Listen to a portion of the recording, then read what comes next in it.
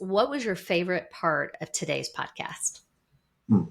My favorite part is hearing the heart that you guys have for entrepreneurs, and I think that's one of those things. Most people create a podcast, especially a YouTube based podcast, and they're trying to leverage something. They're trying to monetize something, and I'm not saying that's bad, but that the two of you come across as genuinely wanting to encourage some people and prop other people up, and that's beautiful to me. That's what it's all about. As I said in the podcast, it's seeking first the kingdom, right? And so that's my favorite part of all of it, is your heart in it. Your message equals your $1 million anthem. You don't have a sales problem, you have a message problem. If your words don't captivate, they don't convert. I have helped Grammy-winning artists craft unforgettable songs, and now we help entrepreneurs just like you craft your business messaging that actually sells. You don't need more hustle, you need the right strategy. I help scale multi-million-dollar companies, and we can show you exactly how to systemize, scale, and dominate the market without drowning in the grind. Welcome to the Conquer Club podcast. What if God called you to trade comfort for calling? Imagine packing your family into a minivan for 662 days. Not chasing success, but pursuing kingdom purpose. That's the journey our guest chose, and it changed everything. Welcome to the Conquer Club podcast, where we help high-impact leaders turn adversity into purpose. I'm Tanya Stout, joined with my husband, Kevin, and today we are so thrilled to bring you a story that's honestly close to my heart. Our guest is a kingdom entrepreneur, movement leader, and friend, Aaron Sanders. Thanks so much for joining us today on the Conquer Club podcast. Thank you for having me. It's exciting. With an intro like that, though, living in a van for 662 days, everybody's like, remember that Saturday Night Live skit? It's living in a van down by the river. Yeah, that's kind of intriguing. Living in a van down by the river. That's right. Oh, gosh. Well, before we dive in, I do want to let our listeners know, Aaron, I think it's been about 8 years ago, Jennifer, your bride, and you and I were strangers, maybe a little over 8 years ago, but God had something super cool, miraculous, magical, miracle-filled royal identity trip. And I know that only God could orchestrate something like this. Right. And that adventure, man, it didn't just change the direction of my life. It marked, I think, all of us with purpose and kingdom identity. I'm so grateful that we get to connect here and share your story with the Conquer Club family. Yeah, I'm excited. You've had some amazing guests on. Ray Hughes is very instrumental in even some of our connection and the Scotland and Ireland connection as well. It's exciting. It's been a while. Absolutely. Well, stories like yours, Aaron, are why we do this, because our listeners are hungry for real hope and high impact transformation. And just want to jump right in. So let's go back, take us to the beginning. What was the catalyst that made you and Jennifer leave everything familiar behind and step into 662 days of a minivan living with your family? Well, I wish it was more flashy than this, but I can truly trace it back to, so my wife and I are believers. It's a significant part of our life. And I was in the corporate world. So I did corporate retirement investing, managed multiple teams in a Fortune 500 company.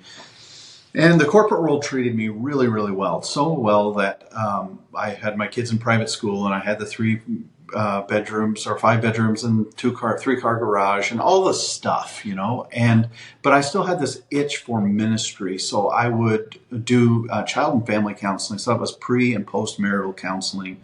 And my wife and I were doing a post marital counseling. Now this started with somebody punching a hole in the wall at 1 a.m. getting that phone call, going over, putting the kids in a safe place, start counseling with the couple. Now we're 6 months later, right? And the kids are back in the home and the marriage is going better.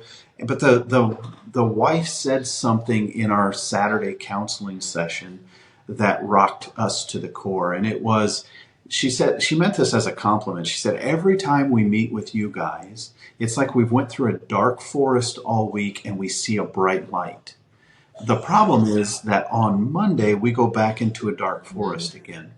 And like I said, she meant it as a compliment, but my wife and I left that interaction and we got in the car and I said, we have to be honest with ourselves. We are not introducing people to Jesus.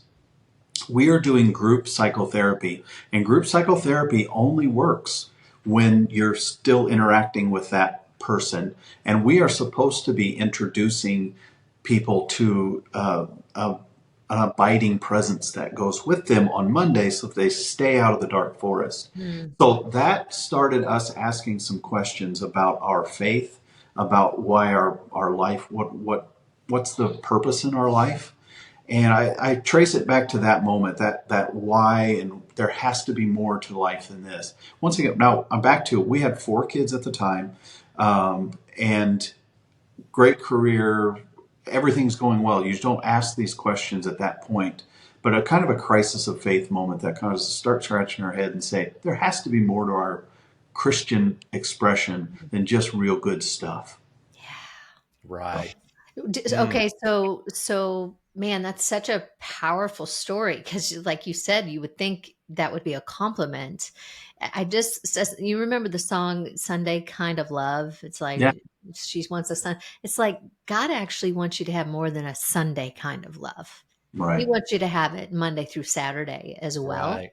right, And I think until you actually, because I think a lot of times people are just churched, and a right. lot of all of our listeners are entrepreneurs. And so they'll hear this languaging, not everybody, but what exactly does that mean, hearing God? So during your journey, Aaron, what was the hardest moment that you faced, and how did that journey shape your understanding of success as an entrepreneur and a leader?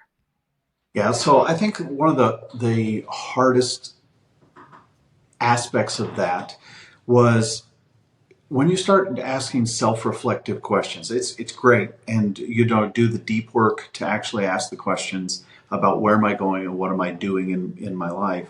Those type of questions, it's so much easier to just look towards success. And in the entrepreneurial and the business world, success usually has a dollar amount assigned to it or some type of an activity. And I think the hardest thing for me was to ask questions that I had never asked before. When you go through school, it's just an expectation that you're going to get a job somewhere, you're going to start a business, you're going to do something, but nobody really challenges you to do the deep work that says, what am I here for? Like, why am I on this planet? Just to Mhm. make money? And if you make enough money, you realize that's not any reason to be here, That's right? right. So I think the most gut wrenching part of it was um, weighing through where are my values at? What do I actually believe? Now, as a believer, I always said, "Hey, God's got my back. He's going to take care of me." But the reality is, I took care of myself. But I was good enough of a Christian to give Him the credit for all of it, Mm, right? Oh, that's that's So, good. so one of the things that happened to me as I'm on this journey is um, I had a guy that I worked with, and he was an atheist, but he would always recruit me to go do Meals on Wheels delivery or some kind of a soup kitchen work or something. And he was always about community assistance and help, right? And we started the company at the same time. And over the years, we each stepped up the ladder at the same. We've got vice president and president. These positions are coming. And as we grew up, this is where I started asking the real rough question. He frees up his Sundays and his Wednesdays and his guilt complex. And I keep all of those things, but we're doing exactly the same stuff. He just doesn't put the Jesus label on it. And I'm not opposed to doing good things. What I was opposed to is what if we're called to do great things And these good things are holding us back. Mm, And so that's what really set me on the path of asking those deep questions that shifted fundamentally who I am and what I do now. I mean, there are people that come to me now and they're just, oh, you're amazing. I want to do what you do. I always go back to the John Maxwell quote, do you want to do what I did to get to where I am? And most people don't want to ask those tough questions or do that tough life. yeah. Yeah. That is such a good question that John Maxwell has asked for years. Yeah. Do you want to do what I did to get to what I'm doing today? So, well, you'd mentioned in our conversations that van life stripped away all the noise. What are Right. some of the biggest lies or pressures you see entrepreneurs facing today that keep them from living authentically? So I would say that the one of the biggest, it's putting expectations around the adventure. Because the reality is, if we actually realize everybody's making it up as they go, nobody has this thing figured out. But somehow we have it in our minds that somebody that we know has a better strategy than we do. They have a better leg up. They have some book they have read that we haven't exposed ourselves to. And I think one of the most hindering concepts is our expectation around what success or what our business is going to look like. And we have to let that go. Ultimately, I try to have fun. Like that's the goal. Yep. Yeah. At the base, every business just simply meets somebody's need, right? And that should be the funnest thing ever. Have you ever met somebody's need and supplied something? You give somebody $20 or $100 somewhere, and they're like, "Whoa, this just changed my world."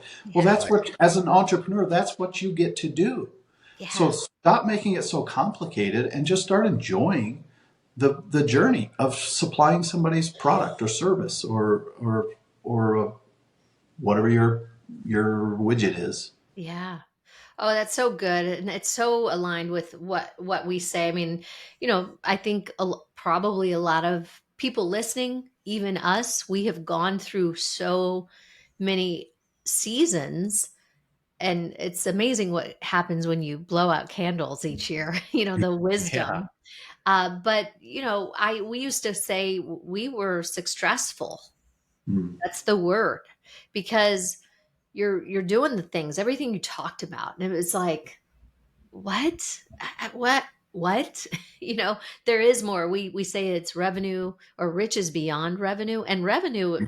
Please, he wants the abundance of revenue for us as well, to give right, back, to flow, to Hmm. make changes in that. But the riches beyond revenue can't have a dollar amount, because we've known a lot of people who have full bank accounts but empty life accounts. So right. in your in that season, in the van, let's just go there. Yeah. How did that redefine your relationship with work, with worship and service? And how does, I'm going to allow you to pronounce the company, Avoda.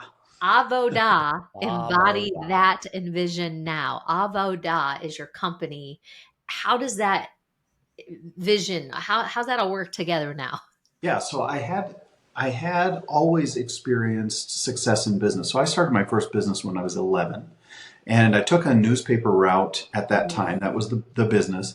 And I had this whole idea around it. Back in the day, I'm going to date myself. We had actual newspapers, with the black and white ink, and it would get What? ink on your hands and all that stuff. What? Yeah, it was crazy. And the news was old news. It actually happened yesterday. Wow. And so then you're reading about it today. But so when I took the business on, it was you rolled the newspaper up, Oh, put a band around it. Aaron, Oh, your picture did. Okay, you're oh. back. There we go. Keep going. It told me I can't use hand gestures. It was what popped up. So that, No, sit on your yeah, hands. I have to sit on my. So the business was to deliver these newspapers rolled up with a rubber band around them, and you would throw it from your bike or whatever you do. Yeah. And I had this revolutionary idea. Well, why don't we just take the newspaper, don't roll it up, leave it like a newspaper, open the screen door, put it between the screen door and the main door. When they open it, it's going to fall into their house, and it's ready to go. It's never going to get wet. All that more work, but ended up 3Xing that business by the time I was 12. And then walking home one day, I came through this area where there's semi trucks, and I thought, I'm going to start a truck washing business. So, and that took off as well. So I'm very entrepreneurial. That's kind of my bent. And then I hit the corporate world and found success there. But I always felt this struggle between what my heart wanted to do, which is just love on people. And that's why I did that volunteer stuff through the church and counseled with people. Yeah. But I never felt like I fit in the world of the kingdom of heaven. People always talk about that, and I felt like, well, I have to become a pastor, or I have to, go do some church thing. I never really fit. And that word avodah, that is a Hebrew word. It means work, worship, and service. Hebrew is much, much deeper language than our English language. It has multiple meanings. So it was the first time I saw three different uses for it in the Bible. One was work, Adam in the garden, and one was worship, Abraham and his son, and one was service, as Joshua's, for me and my house, we're going to serve the Lord. And it caused my worlds to come together. What if my business is actually what I'm called to do? And the reality is, the business is the front line for anything. If you need underwear and socks, you're going to go somewhere to get those. Or you need medication, you're going to go somewhere. You need education, you're going to go somewhere. These are all business opportunities. Yeah. So I started looking at it differently in that van life experience when I had to really come to grips with, what am I doing here and who provides for me? What's my long-term purpose in life? Wrestling that out, I came across this concept of avodah, and that's what birthed the business that I'm in today. That's amazing. I love that. I love that. I think that a lot of our listeners, Aaron, there's a tension in that for them. Mm-hmm. I remember speaking to somebody recently, and I had no idea that they were a believer, like zero, until I asked some questions, and they shared that yes, and it just was so interesting to me, because I used to say overflow what you know, and now I say you overflow who you know. Mm. And who you know is in relationship with people. You Yeah. you overflow him. So I find that's I love that word, and that three-pronged approach to that. It is Right. one. It's Yeah. Father, Son, and the Holy Yeah. Spirit, right? Yeah. So And I think it comes down to, there's a lot of, we'll call it shame around wealth and multiplication of wealth and we can trace this way back. You had Ray Hughes on here, so he could oh yeah. way back, but it's really comes back to the monastic movement, where it was this idea that we're going to become a monk, and I have to be poor and I have to be lonely in order to be spiritual. And that is so far from the truth. Yes. This is one of the things that I teach people now is, and I wish I had had this teaching earlier in my life, but when you look at from a biblical standpoint, I'm not a biblical scholar, but I have read it, and I did see that there's a story where 12 tribes of Israel take the promised land, and 11 of those 12 tribes were commissioned by God to take land and multiply on that land. Yep. So anybody that comes across as an entrepreneur, if you ever get any shade thrown at you for wanting to multiply, for taking things and growing them, then point them right back to that. I mean, this is a commission by God where 92% of God's people are actually called to multiply. So I don't feel shame about, hey, I'm going to make money. A lot of it. Right in Genesis, be fruitful and multiply. And There you go. multiply. Ding, ding, That's ding. it. Multiply, Yep. multiply, I multiply. love that. Yeah. Well, let's talk a little bit more about your Conquer story. What was the moment of adversity that became a pivot into purpose for you? Oh, I remember this one really well. That I had dropped my family. So we're living in the van. You're talking about a family of 6 people living in a van, and there's the whole story is on our podcast, and you could go and listen to that if you wanted to, all the gory details. My wife's in that, and she's telling all of the details. But So we're in that. I had dropped the kids off at the rec center. They're going to swim and kind of play. And I was doing some errands and I'm driving along and I am so mad. Mm. Like at not mad at I'm just mad at life in general. The fact that I've been sold this concept that success looks like this, and I went down that route of success and it didn't feel right. And then I had all that deep work to actually dig into it. And I'll never forget it. I was so upset and I was just yelling at God, really, just Yeah. saying, what on earth? And I used some language that I don't normally use in day to day life at Yeah. that point. And I'll never forget it. Fiddlesticks, What's that? fiddlesticks, doggone it. Yes, Words yes, like that. yes. It Okay. was just those exact Okay. words. That's what I use too. Fiddlesticks. That's the F word, right? The fiddlestick. Yeah, so I vented it all out, and it's so much so that I mean my throat was sore after I Mm. got done with that. And it was in that very moment that I just felt a peace, a calm came over me. And it was like God saying, "Hey, I can handle that. That's I, right. you've just been real for the Yeah. first time probably ever in Oh, a God sense to be real. Otherwise, you're always posing to be some super spiritual icon that I wasn't, right? So that was a moment where I just felt like, wait a minute, I can be me. I can settle yeah. right into who I am, and that's okay. Not licensed to just do whatever you want, but it was a relief in that moment. Yeah. Oh, that is so good because I've heard that before. Well, you're a Christian, you can't do that. And I'm like, really? When Yeah. Jesus turned over tables, you know? Right. So there's a righteous anger that is called for sometimes. Right. And like Yeah. you said, that Christianese, like I gotta do things perfectly. It Yeah. is such a God wants you. He knows your heart anyway.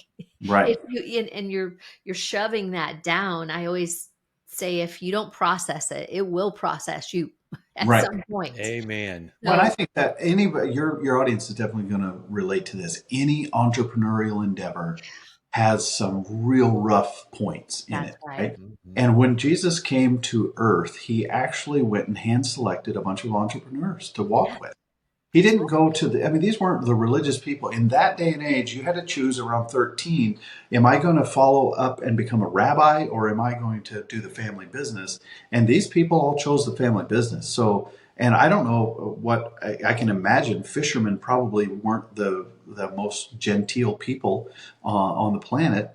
Tax collectors definitely weren't. Yeah, And so, yeah, I mean, we actually fit a model to just be who we are. And yeah. Right. and there should be permission in that. Oh, that's so good. Yes, permission is the key word there. So many of our listeners are searching for that intersection of calling and career. I hear Mhm. that all the time. What's my purpose? What's my calling? Is my career my calling? Passion, all of that. Yeah. What practical steps, Aaron, would you offer to somebody who feels stuck or longs for deeper meaning in their business? Mhm. Maybe like you had pre-van story. Yeah. Yeah. So I think one of the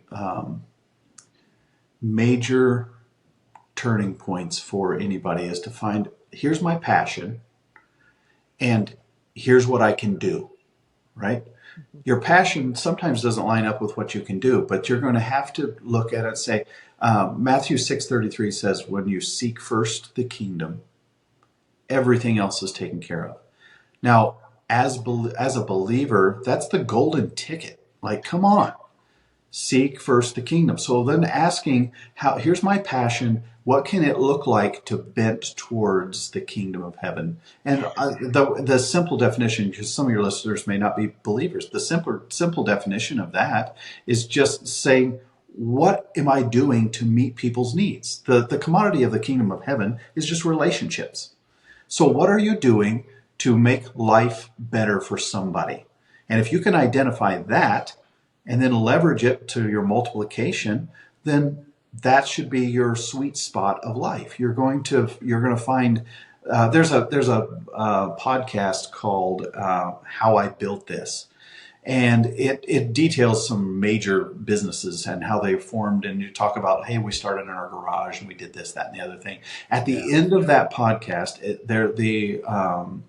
host always asks the question, he said, how much of your success is a result of luck and how much of it was a result of hard work? What's interesting is that I've listened to a lot of those episodes, and what's interesting is I see the person who says luck was the biggest contributor. They have stories like, hey, my wife and I started in our garage, and then as the kids got older, they joined us in the garage, and our best friend partnered with us, and we had an amazing business, and we're still friends to this day. And then you got the person who says it was just all about hard work. And they say, hey, I had a heart attack halfway through. I lost the business partner because he took some money from me. I've had divorce twice, those kind of hard knocks things. And I look at that as, if you're not a believer, just looking at the luck side of it is you put everything into nurturing your family, pulling things together and trying to solve somebody's need. And then everything falls into place. You start forcing stuff to happen and you're going to stress out. You're going to have a divorce. You're going to have your kids leave you.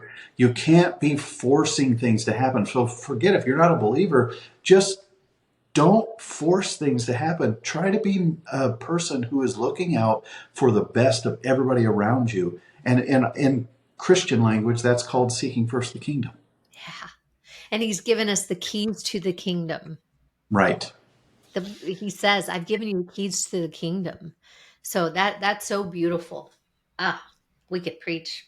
That is great information, not to force the situation, because when you start pressing and start trying to do it on your own, ask me how I know. Yeah. You run into brick walls. Yeah. You will get to that brick wall. It's there. You just sometimes you can't see it. But yeah, that is great. It's Great. the Ishmael. It's Isaac. Right. It's Ishmael. Well, that didn't work, so I'm going to do it this way. Right. How'd that work out? Right. So, and that's why I do this whole thing. I call them Kingdom Bernoulli principles. So Bernoulli's principle is the air passing over a fixed wing causes lift in an airplane, right? mm-hmm. So that's a great concept, but it allows several tons of metal to fly with people in it because you simply observed a principle that violates the laws of gravity. Yep. And I think that this is where so whether you're a believer or not, there are some universally powerful principles that cause your life to lift off of the ground. Mm-hmm. And you can, if you say, man, I'm not really a Christian, well, then there are still some principles. Do unto others as you would have them do unto you. Those type of principles are going to create lift in your life.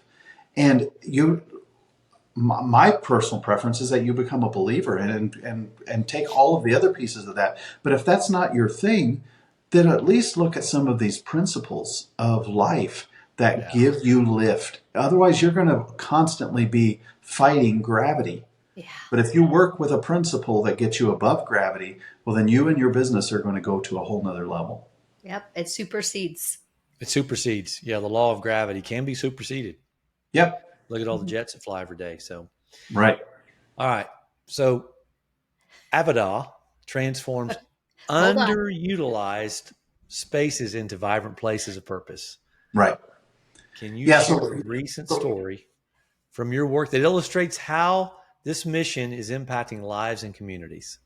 Yeah. So this is the question back to how do you find your business that is part of your passion. And I'll just give you the illustration of how we have done that. So we had a church community that said, hey, we're going to buy this church property. And it really doesn't quite fit the church model. What do you think about it? Well, we had recently started going to that church.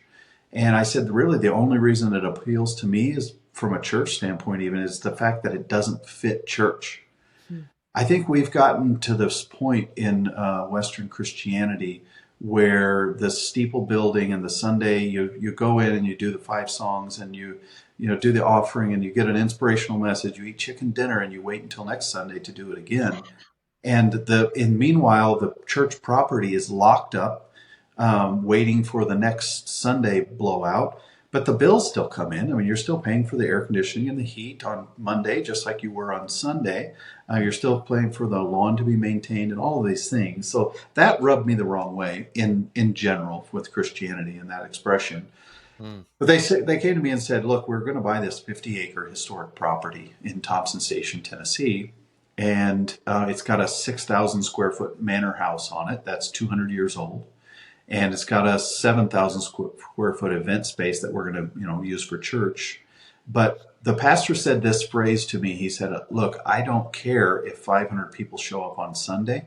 If there are 5,000 people that have the opportunity to go through that property on a weekly basis, Mm. because that's more important to me than what happens for the few hours on a Sunday." And so that kind of lit up my entrepreneurial side. And I said, okay, well, let's look at it. Let's walk through the place. And it has a conservatory behind it. And that conservatory was a wine bar at the time that they bought the property. But it would make a perfect coffee shop. So for me looking at it, I said, what? This was during 2020, during COVID. Everybody was, you know, isolated. Suicides was starting to become more prevalent, and depression was for sure becoming prevalent. And so when this group bought it in 2020 in September, um, I thought one of the things that needs to happen is people need to be able to come together. And this is a 50-acre historic property. So remember social distancing and all of that stuff. You could meet outside. You could get your coffee and sit outside in the beautiful green spaces and those type of things. So that led to forming a coffee shop called 1819 Coffee. Now, 1819 is the year that the house was built. It started being Okay. built in 1809 and was finished in 1819. But every barista and every employee that is there to this day, there's now 20 plus employees, and we push 3,000 bodies through that coffee shop per week. 200,000 went through the property last year, and that's besides whatever the church. I'm not even counting the church stuff. We'll do events in the Christmas time period with 8,000 people in a day. Through that property. And the mission of the coffee shop is we are going to accomplish double-digit decrease in depression, anxiety, and suicide by intentionally creating a space for community, because everybody deserves a community to do life with. Yes. That's our mission statement, right? So my passion for people is rolled into a coffee shop business that's grossing $1 million in gross revenue annually. Plus, we do an event business there. You leverage the event barn for corporate events, holiday events, weddings, and those type of things. So what we're actually creating is a revenue neutral situation for the church that's there. We can do enough business to generate rent income back, and then the church isn't paying to keep the lights on and the staff to mow the grass and all of that stuff. They can take what charitable contributions come in and take care of the widows and the poor and the fatherless, which is what they were designed to do in the first place. And that case in point for us is where my next vision is. I want to help more churches understand. Let's leverage your space, right? Yeah. Oh, man, what a brilliant business model. I mean, truly, you could change the world by that Right, business model, which is so beautiful. And everything you just described is, well, with no pun intended, but you are pouring into a community in the coffee with the coffee right, house, Yeah. showing the ROI is bigger than return on. It's a ROI on investment in relationship, in people, in right, business, in the church, all of those things. The return on that, return on relationship, that it's a perfect example of what we said earlier. The riches beyond the revenue. Yes, right, the revenue is important, absolutely, but the riches beyond that revenue, right. priceless, right? Yeah, and Right. this goes back to these principles, universally powerful Yeah. principles. So one of the things that inspired us in that is Zimbabwe had an issue with depression and suicide, and the way that they chose to address that in the nation of Zimbabwe was first they were going to hire psychologists to go village to village. The problem is they didn't have any money. They had enough money for one psychologist, so they sent that psychologist into each village for a year, and they would go into the village, train the elders to sit on a bench in the middle of the community and simply listen to people's problems, the elders of that village. And in a year's time, they had double-digit decrease in depression and suicide by simply creating a space where the elders listen to people. They don't even solve their problems. Sometimes somebody just needs a listening ear. And so our coffee shop, we have this whole concept called the friendship bench. And you can volunteer and you get a blue shirt that says bench warmer on the back of it. And your only job is to walk around and make sure that people have what they need. If they're sitting alone, that you go over and we've trained them on how to have a conversation with people. And once again, it's about how can we meet a need. You came there because you wanted to have some coffee or you're going to meet with somebody, but we want you to experience a lot more than that, than just having a cup of coffee, right? Yeah. That's the entrepreneurial It's scratch. it's the double pour. It's Yeah, it you feel best when you're pouring out, but right, you also have to learn to receive the pouring in. That's such a beautiful, again, brilliant business model. I think it's going to make incredible impact. So you lead both business and ministry. How do you, because for a lot of our listeners who are entrepreneurs, a lot of times people think, oh, they're Christians, they don't have any problems, everything's Mm, perfect. They have this, they think you're portraying an image. Well, we do have the joy of the Lord, truly, yeah, not based on our circumstances, because our circumstances are just like everybody else's. We're living in the world, yeah. not of it. So how do you lead both in business and ministry, and how do you stay anchored in your faith and vision when the world's definition, like we talked about early, or of success, looks very different from kingdom success? Right. So, how do I? You're basically asking how I balance. Yeah, how do you stay anchored in your faith and vision? Yeah. Yeah. So this is where that avoda comes back Yeah. into play, right? There is no difference for me for my work and my mission. They're one and the same. And when it comes to the definition of what success is, in a secular world sense, I am a thermostat. I set the temperature for whatever I'm doing, right? So I make the definition when I meet with somebody. So for instance, I met with a Tennessean, and when I talked to the Tennessean about this coffee shop launch, and I'm actually walking them through the house, somebody had told me, actually, my media consultant had told me, look, you can say God 500 times, and the Tennessean is not going to write God on anything because there's not that's not their world, right? But if you say Williamson Source or one of those other publications, you say God once, they're going to write God 500 times. So it's just, you have to know your audience. And so I'm talking to the Tennessean, and I just hit all of the principles of Zimbabwe Friendship Bench. We're going to help people. And by the end of it, they felt like, forget how much money that you ever make. That's success right there. You are taking people's lives and shifting them and turning them around. Well, that to me is ministry. But when That's I give it to somebody else, it's just a brilliant business strategy, right?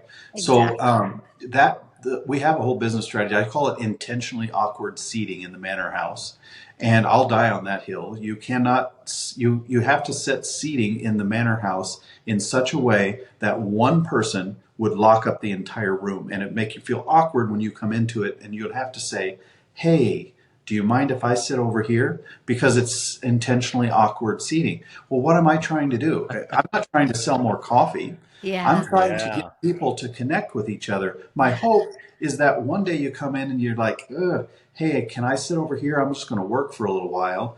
And Mhm. 2 days later, you come back, and this time it's, hey, Bob, I'm going to work again. And then the next week it's, hey, Bob, how's Sally? I know she's Yeah. struggling in this area, and how can I help with that? I want to build community, not just sell coffee. Yeah. But when I set that as my goal, nobody is saying, hey, hold on a minute, your success should be more money or your success should be screwing people over. Nobody wants that. No. No. So when I say I'm a thermostat, I set the temperature of what success is by telling amazing stories of transformed lives. And then everybody, regardless of your faith or not, wants to be part of ministry. They just might call it something different. That's right. Oh, that's so good. So good, Aaron. That's exactly right. I do love that. It doesn't have to be called ministry to be the light. Yeah. It just doesn't.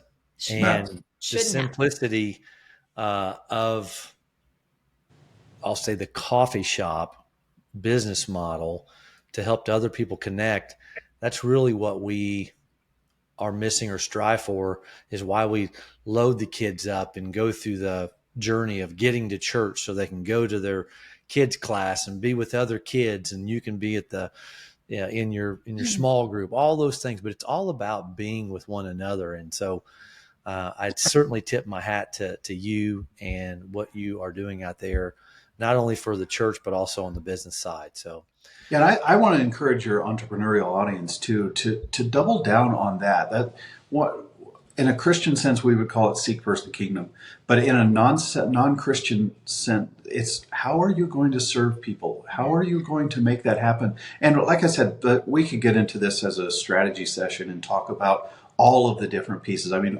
my business model starts at the road. It starts at parking, and then it goes to the intentionally awkward seating. It goes to barista training behind the bar. And what's so cool about that is I just started seeing how can I best serve every customer that came in. And then I didn't market that. I didn't advertise that. It just subtly happened. And the vice president of marketing for Dave Ramsey happened to live down the street, and he came into the coffee shop. Well, he's the observer of marketing things, and he created an entire 45-minute long course that's taught by Dave Ramsey's EntreLeadership Group.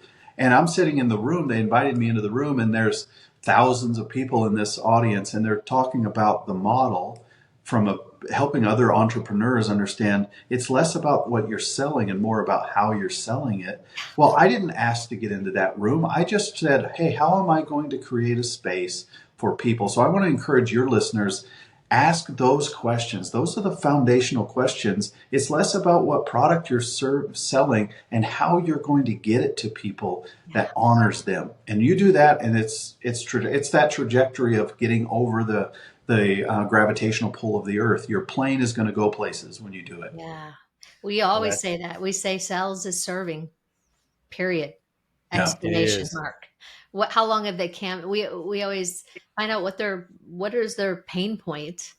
And then I always say the campaign question of how long have you camped in that pain so Yeah. that we can serve you with a solution, a solution. Yeah. Yeah. So good. So right along that same path, for entrepreneurs who's listening right now, who may be in a season of pruning or transition, what's one message, Aaron, of hope you'd want them to walk away from today's episode? Yeah. This sounds simple and maybe even cliche, but tomorrow's a new day. Yeah. And entrepreneurial spirit, you have all of those ideas are constantly flowing, and ideas are a dime a dozen, right? But execution is where the power comes in, and you have the opportunity tomorrow to start a whole new execution plan. Yeah. And you're going to learn a lot in the failure. So don't just kick out what has happened, and you're maybe in that pruning season and things aren't going the way that you expected them to go. But you have to stop. First of all, sit in it and feel that emotion, right? Right. That's important. You need to not ignore that it hurts, right? That's silly. So sit in it, feel it, and then make that decision that tomorrow we're going to just start over. We're going to do it different. We're going to do it informed by this failure as opposed to defeated by this failure. And I know that that's cliche and it's hard to do in the moment. It's easy for me to sit here. I used to say that if anybody told me certain things like that, those encouraging things when you're really low, because sometimes it's one thing happened and then another thing and then another thing. And then 7 days later, it feels like I'm just going to die here. And the last thing you want is somebody coming up to you and saying, just be positive. Tomorrow's a new day. I used to say, if one more of those, I'm going to throat punch him. Right? That's right. We're gonna throw down. But I will say that does go in line. We talk about fundamentals. If you're in sports or if you're in musicals, whatever that you love to do, there's always foundation of fundamentals. And that is probably one of the best fundamentals that we have on this side of heaven is one day at a time. We will get tested. Yes. We'll be challenged. Yes. We'll be frustrated. Yes. Those are all real feelings. Mm-hmm. But if we do go back to the fundamentals of just one day at a time, that is, that's very, very sound advice there, Aaron.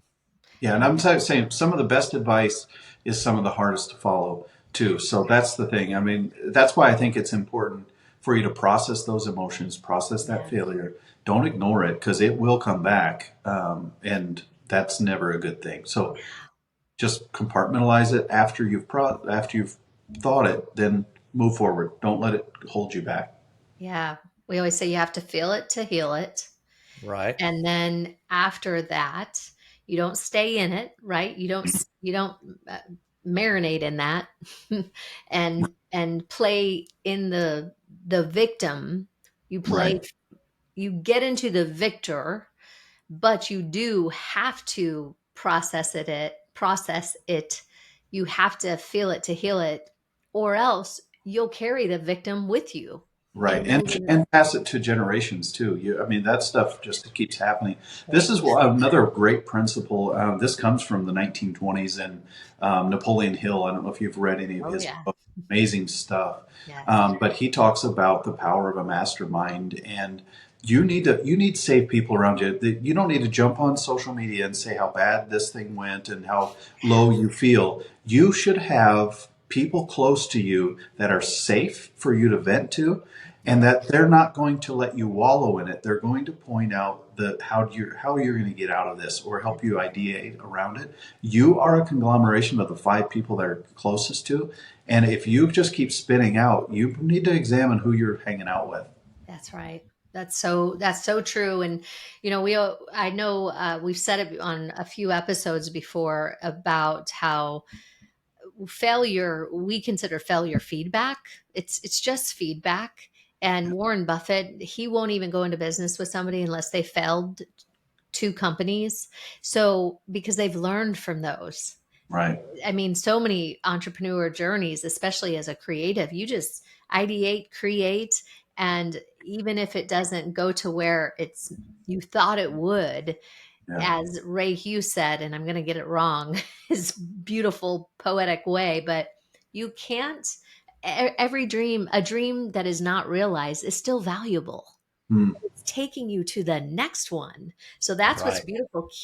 Keep going and following those dreams because they're still valuable, even if you don't meet them. They're Right. still valuable. So speaking of dreams, looking ahead, what is your dream or your next frontier for Avoda? If I got Mhm. that right. Yeah. And how, because I don't know if we really understand what that is. And we would love for our Conquer Club community to support or connect with your vision as well. Mhm. Tell us a little bit more about what that is exactly. Is it a So, group? Is it a business? I know you talk about the church business right. thing, or how is that different? So Avoda Holdings is a property management company that has also developed brand products, right? So Okay. it's a for-profit business that operates on nonprofit properties. Once again, it's best and highest use of commercial property. Mm. And so we have multiple things that we do. One is we develop product lines and business strategies, right? So 1819 is a good example of that, and that's why it's taught with Dave Ramsey's group.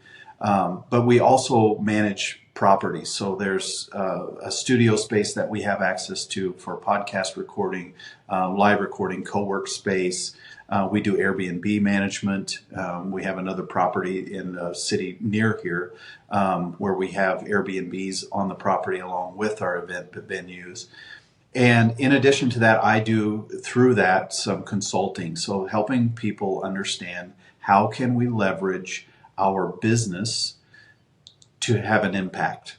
So what does that look like? If I've just got a business, how do I make it impact? And some of that consultation also happens with pastors. So like there's a group in Minnesota, they've got a church and a school with 800 students, and they've got 30 acres just sitting in prime location.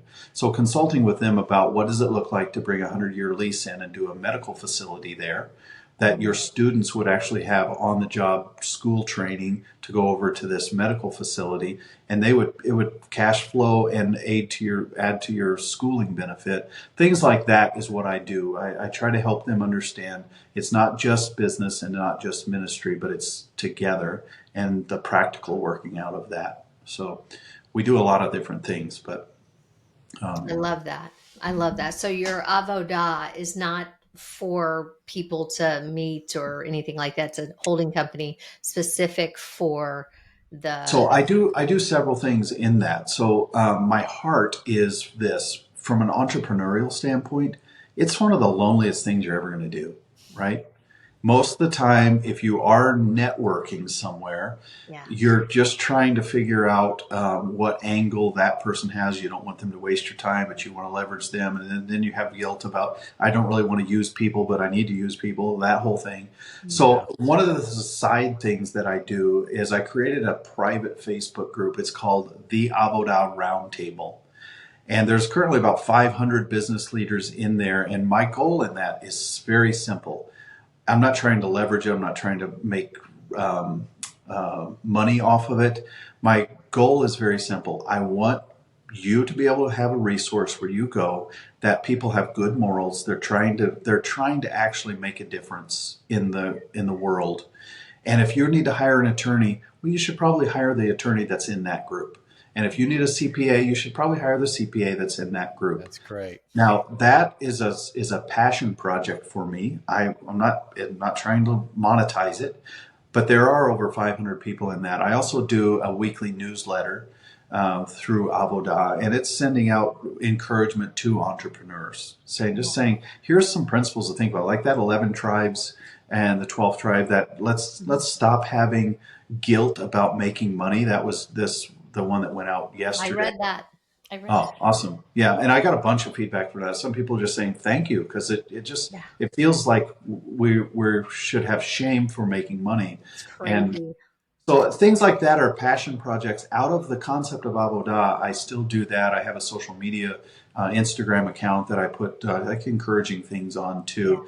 But once again, I'm not trying to monetize those. I have a podcast that I do, but I'm just trying to make awareness for it, Yeah. right?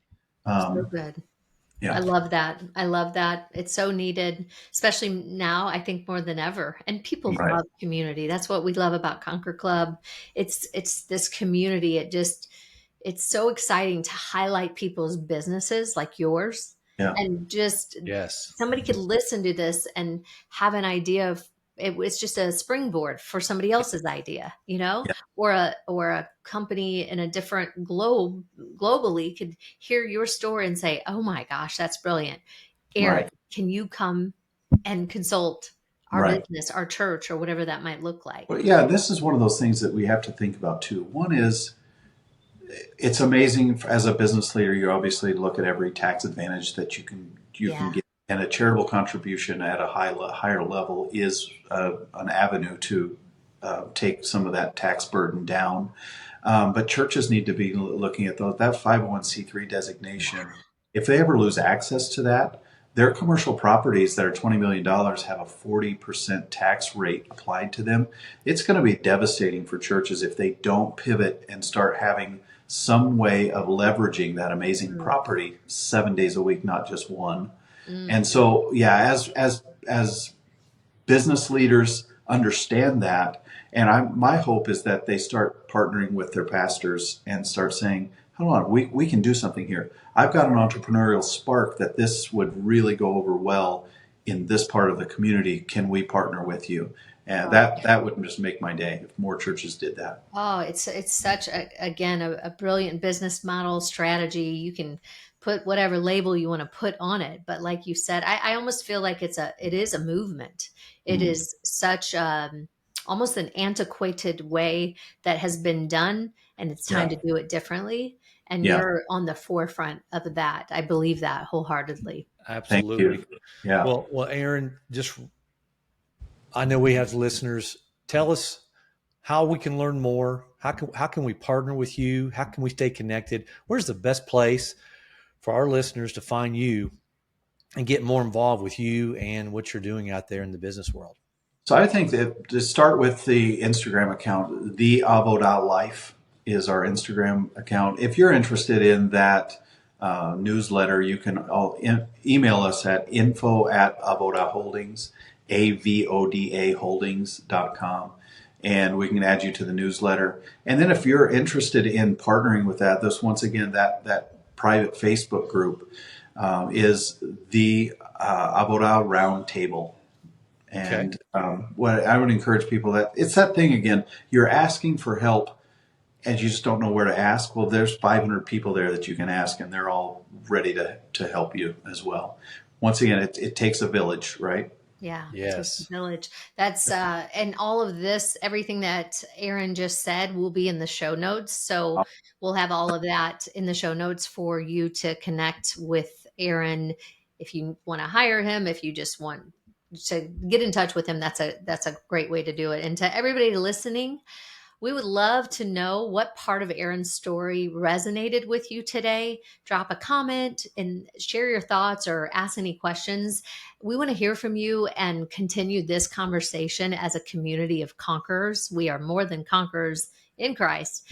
And before we wrap things up, Kevin, before we wrap this up, I do want to ask this question Okay. that I think is kind of an open loop, has been left open. You were in that van for 662 days. Mm-hmm. What was the moment you got out of it? How did you get out of it? I mean, what broke that? 662 days is a long time. Yeah. And Yeah. I would think that our listeners are thinking, so you chose to live in that van? I mean, you had all this success, so you just chose to live it for 662 days. Can you wrap that story up a little Yeah. bit? I know you have the podcast, and I would love for you to say the name of the podcast as well, so we can put that in the show notes as well. Yeah. So the podcast is The Avoda Life, and you can get it on iTunes and to it.